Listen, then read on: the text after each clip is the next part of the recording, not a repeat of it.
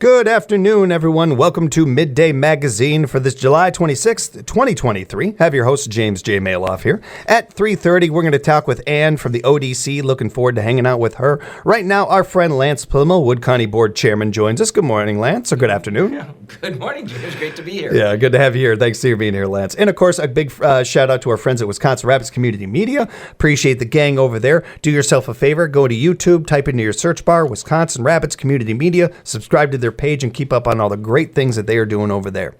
Lance, how you been? I've been good. Summer's been great. You know, maybe not so much if some of the parts of the state if you're farming. But if you enjoy dry, warm weather, it's been a great summer here in Wisconsin. Definitely been very happy to get this rain that we have gotten today. And getting it now and not last weekend when, of course, we had the water ski show tournament and everything. I want to start right there. Lance, did you get to take in any of it? Did you? What kind of things were you hearing from the community over the week? Well, I got to take in a little of it because I actually had to fly to Austin, Texas for a national conference of the Counties Association.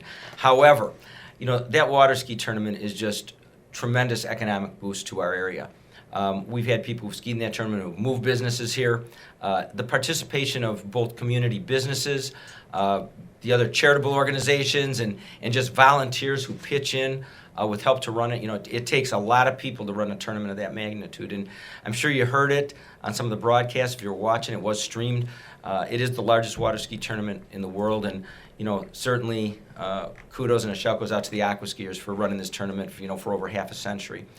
It's been tremendous. But the part that amazes me the most with this, James, is the family participation and the generational family participation. There's people in that tournament where, I watch them and then their kids, and now their kids' kids are skiing in that tournament. And then when you watch, whether it be, restaurants, hotels, the campgrounds, our Wood County Parks Department does a fantastic job with setting that, helping set that site up, having that campground ready. But there's so many moving parts, and yet year in, year out, they pull it off. In the midst, typically, of a storm, and Saturday night, Saturday afternoon, we did have a little bit of a storm, not of the magnitude in the past where trees blew down and trailers tipped over. Yeah. But again, an outstanding job and a great face for Wood County and the Wisconsin Rapids area. It's, I don't know, because so many of us, not just transports like me that have been here 20-some years and have never known what it's like not to have that water ski show tournament. There's a lot of locals, a lot of kids that have grown up in this area that they've always known that it's always been the case. I've talked to some before that, about when it first came here and those sort of thing. One of the first things that comes up from community members when it comes to that subject is the economic impact. That you could tell the difference that when this water ski show came here and when it didn't. And, we're a little used to it, not in a bad way or anything. We've kind of come to not take advantage of it or take it for granted, but, something akin to that. So I think we don't think about that all the time. But, man, our local businesses, I bet you every business on A Street thinks about it. Well, they do. And, as I travel around the state, I used to hear people, I tell them from Wisconsin Rapids, they say, oh, the home of consolidated papers. And as the paper industry contracted over years, I'd have people tell me, oh, that place with that giant water ski tournament. Mm-hmm. So, it's so integral in what we do from a tourism standpoint in our area that the Discover media crews, the same group that does Discover Wisconsin was here filming a show called Uniquely Wisconsin, where Wood County is going to be featured. And we thought this was such a big part of the fabric of our communities, both countywide, that we needed to have them out there filming. So they were out there Thursday, Friday, and Saturday. I was out there Thursday all day. I did not put my name on the list of people to be interviewed, although they grabbed me as I was walking between places, not probably dressed extremely appropriately or prepared to do an interview. But nonetheless, part of that. Now, who knows what they use and what they don't use. But, again, just a tremendous event. Do you know much? Mayor Blazer brought this up, too, about them being here. And we're big fans of the Discover Wisconsin people. We worked with them here at WFHR before. Great people over there. Did you hear about how this came to be, how this came about? You're in respect to them filming here. Well, Mark Rose and family, who owns Discover Media Works, is an acquaintance. Works with the Counties Association on a lot of projects, especially the Discover Wisconsin piece, as well as Uniquely Wisconsin, which is generally features businesses in the community and a reason to relocate your business here is become part of the fabric of our communities. So there was a first round. They were doing 6 counties a year is all they would schedule. And I was a little hesitant to get involved with the first 6 to see how this went, Sure. actually, because it's a fairly large investment. And I watched the benefits of the first 6 counties who did this. In fact, when they started this show, they were expecting a fair amount of hits on the website and views of the program. And I think it was about in the first 4 or 5 months, they had over 4 million views of this. So extremely beneficial when we talked to those representatives from Washington County who'd done it, Sauk County, and some of the others. And then, like I said, I have a little bit of a relationship with Mark Rose, who owns Discover Media Works. Yeah. And, we were one of the 6 counties that got to be in the second group. We're going to watch the episode, so we don't want any spoilers too much or anything like that. But as far as locations that they set up, that they filmed, kind of the hot spots around here, places you'd expect? Typically, they look at business, oftentimes family businesses, and how that wraps into the whole community. So the water ski tournament, although you could call it a tourism event, involves so many local businesses that participate. That was important. I don't know that they've decided specifically yet, but one of those episodes will be filmed in Marshfield. There's a couple proposals on the table. And then it's kind of hard to ignore the cranberry culture of our county and try to roll that in, because Monroe County did a whole episode, or they filmed something in regard to the cranberry industry. So we're trying to look at maybe a spin on that. Some people that have done things other than just the growing and harvesting of cranberries. Yeah. So we're working on that, and at the end of the day, the hope is to spur more business. And I'm laughing. I'll segue this for you. So we're before this started, James and I were talking just briefly and said, there's not a lot of pressing stuff going on, but as we talk about bringing business in town, we have a critical housing shortage in our area. I mean, we're not talking a little bit of a shortage. We're talking critical. And as we strive to bring new businesses in the community, we have to house those people. And I think we have to take a look at different models, because first of all, there's not enough developers, not enough build. We can't build our way out of this with traditional subdivisions that have been done in the past. So coming back from the national conference and sitting in a number of seminars where some of the housing projects have been successful, I'm going to try to set up a task force in the next month or so that's going to start meeting with developers, builders, government leaders. So, at least from our end, we can cut the red tape. We might have to look at some different models so we can bring more units on, development.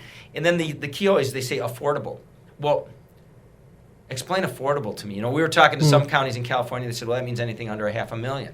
Well, that probably doesn't put you into anything here. Right. But that's not affordable based on the wages in our area. So, kind of looking at workforce housing and how do we handle that. So that's going to be extremely important as we move forward and try to develop businesses in our area. How far along are you with this task force? You mentioned the types of people. Do you have any specific people? If the scale was 1 to 10, and 1 being we haven't started, and 10 being we're fairly far along, we're at 0. Okay. So we identified this when we were looking at ARPA funds. We identified this as probably the second most critical need within the county. So it's on our radar, and we have some dollars to work with there. But actually putting together, other than a government workforce, actually working with the people who would have to provide it, we have not started that yet. But it's going to have to start, because by the end of, we actually have a full another year to ascertain, determine where those dollars are going to be spent. Yeah. And we have till 2026 to actually spend the money. So we haven't been in a hurry, but childcare, housing, right at the top of the list. Yeah, and those got to be 1, 2. I know that we are always looking for more businesses and more jobs in town and such, but if you take care of those 2 things, some of that will come into this. Yeah, and you have to take care of the people that are here first. Right. I always say, the easiest customer or resident to have or garner is the one you already have. Yep. They're here. So how do we make the community more favorable to that? Well, if you want to look at a real difference of cities and states that aren't losing people as much as others, because every state in the union is losing people, some more than others. Everybody's migrating, and some of those people are going to one state and it's helping that one, another, vice versa. But you want to see a common theme there. You see communities and places that are taking care of the people that already live there. The idea that you are going to tempt people to move to your state by doing this, this, and this, we don't see that as much. We see people that are in state wanting to stay in that state, whether we're talking about Wisconsin, Maine, California, whatever, taking care of those people. Yeah, there's a number of factors that come in. Climate's one, and it's kind of funny. At first, there was an out-migration out of some of the upper Midwest, what was referred to previously, or the Rust Belt, down south. And as they've moved to some of these areas, and they found out that water needs are critical, right. and they don't have that. You also see some of the temperatures. Like I said, I was in Austin last week. It was, pick your number, 105 to 107 degrees every day. Yeah. On the pavement, if you're downtown, you're probably 120, and I heard somebody tell me somewhere they were hitting temperatures like 140. Yeah. So, there's also people looking to go a different direction. And then they typically look at states that they're migrating to, the in-migration, that have less government regulation. So when I say assist, sometimes it's how can we assist by getting out of the way, and allowing those people in the private sector who do things well to do them without taking 4 years to get a permit to get it done. If it's an allowable use, and there might be a few qualifications within that, but get out of the way and let them get started. And we're seeing smaller developments, and I'm not talking the old necessarily, well, in our community actually, but we're not talking 20-story apartment buildings, little apartments, but you might be talking about more kind of planned unit developments where you have townhouse type setups, where you have less land use and a little bit higher population densities within that area. But those areas have to be planned, right. Taking into account, healthcare, transportation, all of those other needs. Some of the problem we've created ourselves, James. The intended consequence was great. Keeping people as they age in their homes. But if you keep somebody in their home as they age and they live 20 miles out of town and now they have transportation needs, and then they expect government to provide that becomes a strain on our budgets. But if there's nowhere to come closer to town, that's decent residential properties, they're probably not going to come this way. Right. And then that exacerbates the problem is in the past when those homes sometimes were sold, when those residents moved and that inventory became available, that doesn't happen. So, there's a whole bunch of things that feed into this, and we need to address them all. There's a myth, too, that it used to be like for my generation, the generation before mine, if you will, that once I got to a certain age, my parents were going to either give me a house, help me buy a house, or something like that, similar to a vehicle. That kind of faded, if it was ever actually a thing. I don't know if that was actually even a thing or just something we heard about, like back in my day, this and this, and I don't know if that was actually the case because I've never seen some actual stats on that one of people just giving houses and stuff. But be that as it may, we are in a different era now. We're in a different time, and we see people living at home longer as well and unable to get out of the home faster.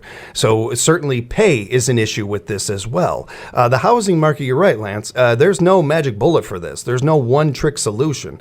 Whether it is using all the funds that we have there, the smartest we can use them, that still ain't going to solve this. No, and I see it firsthand. I have a son. And by the way, I've seen some statistics recently that have been verified where it says, the average age now of males, moving out of a family home is in their early 30s. Yeah, I've seen that. And part of that is just plain affordability. You also see the age of marriage increasing greatly as people try to become more, financially stable maybe before they enter into that. And generationally, you did see back, a generation or two ago where parents often did help, at least help in the purchase of that initial home. As financial, strains have occurred, and that has certainly changed that a little bit. Yeah. And then just not availability. So my son is getting married this year, Mazel tov. And they're looking at purchasing a home or even renting an apartment. And I can tell you, there's virtually nothing available. And we do some other real estate shows on this, on this station, and in a market where you typically had 300 to 400 homes available at any time in a balanced market, we've had 20, over the last couple of years. And again, that pushes prices maybe beyond what they normally might be. And then people are worried about that cliff. Interest rates are 7%, which has changed the dynamic a little bit. So a lot of parts come into this. So we're looking from a county standpoint, if we can help with infrastructure and eliminate some of that cost and get those builders to a point where they can start to put up units, we're not going to build our way out of it very rapidly, but we can certainly start. Yeah, it's a slow burn. Yeah. That's what this. There's very few things out there that are going to change overnight. It's going to take some time with something like this, and take multiple angles and multiple viewpoints in that. And that leads me right back to you. You were talking about putting this group together and everything. If people want to be a part of that, if people think that they have ideas or something, reach out to you about this stuff. Yeah, that would be great to reach out to me because, as we've seen successes in other parts of the country, we've looked at ones where, the government representatives on a group like that are fewer than the number of people in private industry that actually, build, plan, whether it be architects, involve all of those people in the community. And there's a lot of expertise out there in the community. You've heard me say it over and over and over. There's 19 members of the Wood County Board, and 19 of them have some pretty good ideas from time to time. Yeah. But there's 75,000 plus people out there who, if even a fraction of those have a really good idea and give us a call, we have a lot more good ideas than we do within our small group. So feel free, to give us a call, to give us your thoughts, to talk about how we might start to, solve this problem. We're speaking of the Wood County Board Chairman, Lance Pliml. And Lance, I wanted to get into the big closure going on right now on County Highway W. Maybe even warn some people about that may have not been out that way yet or something. It's just east of Wisconsin Rapids. The construction of a roundabout going on over there. So this is just construction in general. This has been going pretty well, construction this season, from what we've been seeing. We've had zero weather delays. Same thing with the jail. We're a little bit ahead of schedule because we've had no weather-related delays. That roundabout at 48th Street in County W, which is on the corner, where the Grand Rapids Town Hall is, and what was Children's Choice School, for those who go back a while. Yeah. That roundabout's going to be under construction for quite some time, and the detours are fairly well marked. But the hard part is I live that direction, and habitually you start driving that way, and then I get out there and I go, oh, yeah, if I would have thought about this ahead of time, gone a different direction, I'd have saved myself a whole bunch of time. So be aware of that, and that's going to be closed for several months. So you can get to the new Dollar General out there. You cannot get through that intersection. The detours are marked. And that's always a fluid situation, too. I mean, we assume we have the best routes. Obviously, we monitor that, with traffic counts and others. But, if we see that traffic is moving a different direction and there's better ways to do things to accommodate the people in the area, we'll certainly do that. But it's a big project. It's $1 million project, to increase some of the safety at that intersection, and probably won't be done. I probably should have talked to the highway commissioner before I got here, but we're looking at September. Yeah, that's what I saw too, September.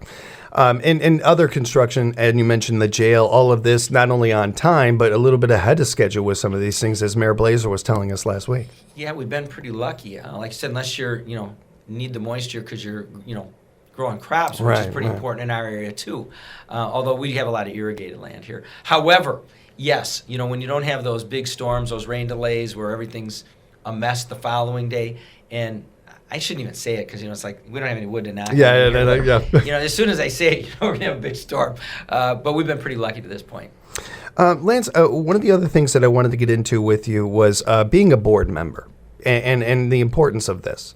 It seems like every other show you and I touch on this, and just encouraging people to look at, whether it is the Wood County Board or, a business that you work at, a nonprofit that you care about, encouraging people to be board members, and especially young people. It really could use more 20, 30-somethings on these boards. Absolutely. There are elected officials, and then there's a lot of boards where an elected official like myself has the ability to appoint from within the community. I heard a speaker the other day. We had some great speakers at this national conference. Some of them you've heard of. Some of them are politicians, U.S. senators and stuff, but then you had like Dr. Drew, Drew Pinsky from TV. Joan London spoke one day, but and I don't remember exactly which person made the point, but it was said, if you're not willing to participate, then don't complain. And so that would be my point, is participate. There's opportunities, to be on planning and zoning, commissions, to sit on different parks boards and commissions, the libraries. And then within the community itself, if it's not even government, Crime Stoppers board of directors. I can think of some of the ones that I've been involved with. Aging Disability Resource Center boards of directors. There's a lot of opportunity. So, I guess I would encourage everybody to ask, to maybe, in this case, I'll put it on Trent, our county clerk, who, by the way, was just elected president of the Wisconsin County Clerks Association. Congrats to him. And I'm going to give another plug there, too. And, Tiffany Ringer, our Register of Deeds, has also been elected president of her respective association. Congrats to her. So what's amazing about that is, Wood County looks pretty good in the eyes of the state. Many of our department heads, our elected officials, have become the president of their respective associations, and it's because of the work we do here and the way that we tend to work together. Yeah. But so I digressed for a second there. So call Trent, mine or the county clerk. Maybe if you want to, if you're interested in something, you'd like to get your name on the list, you can call him. You can call me. My number's on the website. But we certainly take that into consideration. And I have people call every now and then saying, I'm kind of interested in when something opens up on the State Wildlife Advisory, Committee or board, or out at Sand Hill or something. Would you consider me? Yeah. The answer is absolutely. Lance, I wanted to wrap up with the conference you just mentioned. How did that go? What was it about? Well, it was a great conference, annual National Association of Counties Conference. Over 3,000 registered county officials from around the country. Meeting with, federal leaders, state leaders, tremendous breakout sessions. Really started about 7 in the morning and goes till pretty much 6 every night. Fairly intense, within the sessions, but a good chance to network outside of that as well. There's some counties that send numerous representatives because there's no way you can cover all of those breakout sessions. Yeah. But great conference, great opportunity. Again, to take advantage of room rates. They're always like Austin, Texas in the summer. Yeah. Last year we were outside of Denver. It was 102 degrees every day. And next year I just heard we're in Tampa in July. So, fun and games. But again, they're trying to leverage those room rates in those off-season times. One of the things that we appreciate about our city officials, our board members, different jobs, we hear this all the time of doing these conferences, of looking for information, looking for outside resources or outside opinions, outside thoughts. We can never have enough of that. It shows good leadership to me when you see people that realize I don't have all the answers. I'm open enough to, or I'm comfortable enough with my intelligence to be able to say that I don't know everything. I admire that. I think it's some of the greatest leadership. Goes back to Lincoln and him appointing people in his first cabinet that were running against him, and him getting, hey, I don't know everything. I'm going to hire the guy that just ran against me and tried to beat me. I think that's smart politics. Well, it's just finding opportunities. I mean, nobody can be aware of every funding opportunity out there, but somebody from some county somewhere says, hey, did you realize there's credits for solar or broadband or subdivision infrastructure? Yeah. I mean, you hear this all over, and that's the sad part. Instead of being one place where you go for this funding, there's a bushel basket of these things out there, and half the time you're not aware of them. Not looking to add people ever, but there are some counties that actually have people who do nothing but, research grants and solicit, and some of those opportunities are extremely beneficial to communities. But you don't think that's something we would need here? I think it's something that going down a road we may get there. We've contracted with people for some of these opportunities. My concern always is the opportunities have been vast over the last couple of years because of the amount of money the government has printed that they don't really have. That's going to come to an end at some point. And then you have somebody with those limited opportunities. Right now, opportunities are almost unlimited. Lance, always a good time talking with you. If people have follow-up questions and want to know more, maybe even talk with you about that board that you were talking about, how can people get in touch with you? Pretty easy. My number, my email address, you can text me. It's all at the Wood County website. That's the easiest way, so you don't have to remember numbers or addresses. I always laugh when somebody gives you their email address. It's, ABC123. It's on the website. You can find that website, woodcountywi.gov, woodcountywi.gov. Or just Google Wood County, Wisconsin. Can do that too. As well, we want to encourage you to check out the YouTube page of Wisconsin Rapids Community Media. Like their page, subscribe to it, keep up with all the great work that they're doing over there. Appreciate you guys very much. Keep it up. We'll have more Midday Magazine coming up right here for you on WFHR 97.5 FM, 1320 AM, locally grown radio.